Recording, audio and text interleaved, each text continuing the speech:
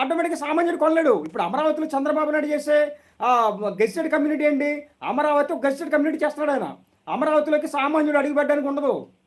సామాన్యుడు అడుగుపెట్టలేడు, వెళ్ళడానికి కూడా ఉండదు, నివసించడానికి కూడా ఉండదు. వాళ్ళ దగ్గర గేట్ వాచ్మెన్లు గానో, వాళ్ళ దగ్గర ఇంట్లో వంట పనివాడు గానో, డ్రైవర్ గానో అలాంటి పనులు పని చేయడానికి పనికి వస్తారు. ఒక రైతు భూమి లాక్కున్న తర్వాత రైతు చేయడానికే ఉంటుంది. చాలామంది బాధపడ్డారు.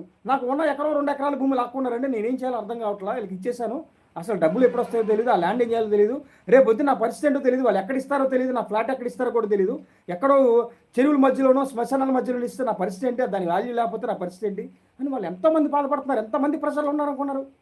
అమరావతి రైతులు ఎంతమంది ప్రజలు ఉన్నారు? ముఖ్యంగా మా బీసీ వర్గాలు దారుణమైన స్టేజ్లో ఉన్నారు. ఎందుకంటే బీసీ వర్గాలకి ఒక్క ఎకరం 2 ఎకరాలే జీవనాధారం. ఆ ఎకరం 2 ఎకరాలు కూడా మీరు లాక్కొని, అభివృద్ధి పేరుతో మీరు లాక్కొని, మీరు ఏదో దాన్ని ప్రపంచంలో నెంబర్ 1 తీసుకొస్తాం, ఎయిర్పోర్ట్ సిటీలు ఉంటాయి.